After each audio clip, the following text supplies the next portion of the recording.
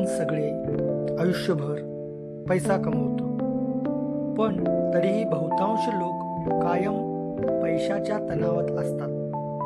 कारण शाळेत, कॉलेजमध्ये एक गोष्ट कधीच शिकवली जात नाही: ॲसेट आणि लायबिलिटी यातला फरक.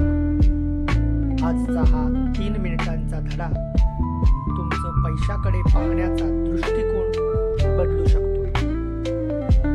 रिच डॅड पुअर डॅड या पुस्तकात रॉबर्ट कियोसाकी 2 वडिलांची गोष्ट सांगतो.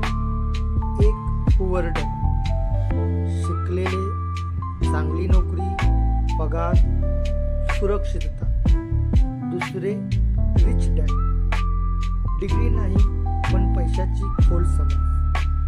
पुअर डॅड म्हणायचे, चांगली नोकरी मिळवा, सुरक्षित राहा. रिच डॅड म्हणायचे, पैसा तुझ्यासाठी काम करेल असं शिका. रिच डॅड एक सोपी व्याख्या देतात: ॲसेट म्हणजे जे तुमच्या खिशात पैसा आणतं, आणि लायबिलिटी म्हणजे जे तुमच्या खिशातून पैसा काढून घेतं. इतकं सोपं. हे आपण उदाहरणाद्वारे समजून घेऊ. घर, जर तुम्ही घर भाड्यानं दिलं आणि दर महिन्याला पैसे येत असतील तर ती झाली तुमची ॲसेट.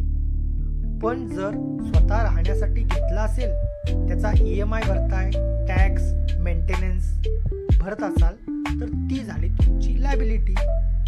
गाडी स्टेटससाठी घेतली, पेट्रोल, EMI, सर्व्हिस, ही झाली लायबिलिटी.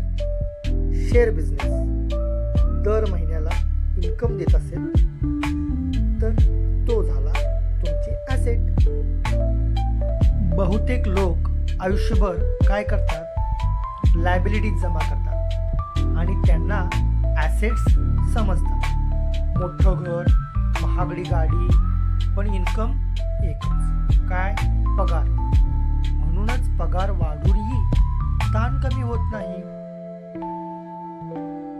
रिच डॅड म्हणतात, पहिले ॲसेट्स खरेदी करा, लायबिलिटीज नंतर घ्या. पगार आला की आधी खर्च नाही, आधी ॲसेट. हा एक निर्णय तुमचं आर्थिक जीवन बदलू शकतो.